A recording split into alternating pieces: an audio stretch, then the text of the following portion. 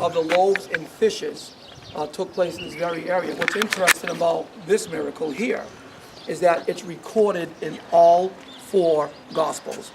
Matthew chapter 14, Mark chapter 6, Luke chapter 9, and John chapter number 6 all record the miracle that happened here some 2,000 years ago. And you think about this with me for a moment. Here you have a little Jewish boy 2,000 years ago in this very area, and he has 5 loaves and 2 pieces of fish. Now, if all of us were like starving to death over here, and I'm standing here before you, I have 5 loaves and 2 fishes. You're all just smacking your chops looking at me. Is that going to be enough to feed each and every one of us? No. Absolutely not. That's maybe feeding 2 people, but not 16 people that are present here.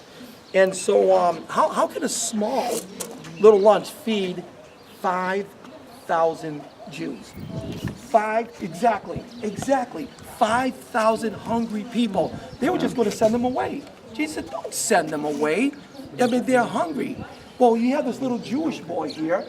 He only has 5 loaves and 2 fishes. What does Jesus do? He multiplies the 5 loaves and 2 fishes.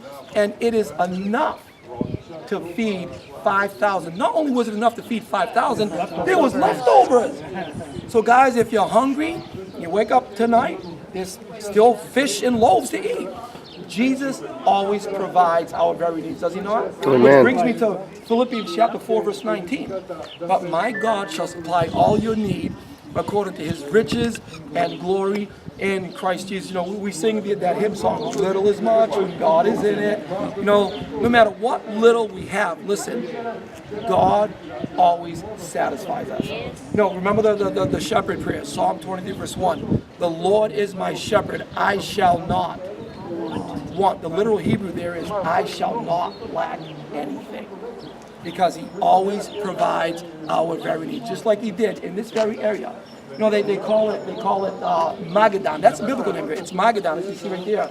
In Matthew 15, it's Magadan. But the Byzantines called it Heptagon, which is 7 springs. And in Arabic, they call it Tabgha. Or in Hebrew, in Sheba, the 7 springs. Because they all believe it was in this very area that Jesus multiplied the 5 loaves and 2 fishes. And what we're going to do right now is we're going to walk into that church. You're not able to talk in the church, okay? Remember that. You don't allow any talking in there. But when you go in there, you're going to see a perfectly preserved mosaic floor, maybe from 1,500 years or so, going back 1,500 years ago, that depicts the 5 loaves and 2 fishes. Why don't we go and check it out right now?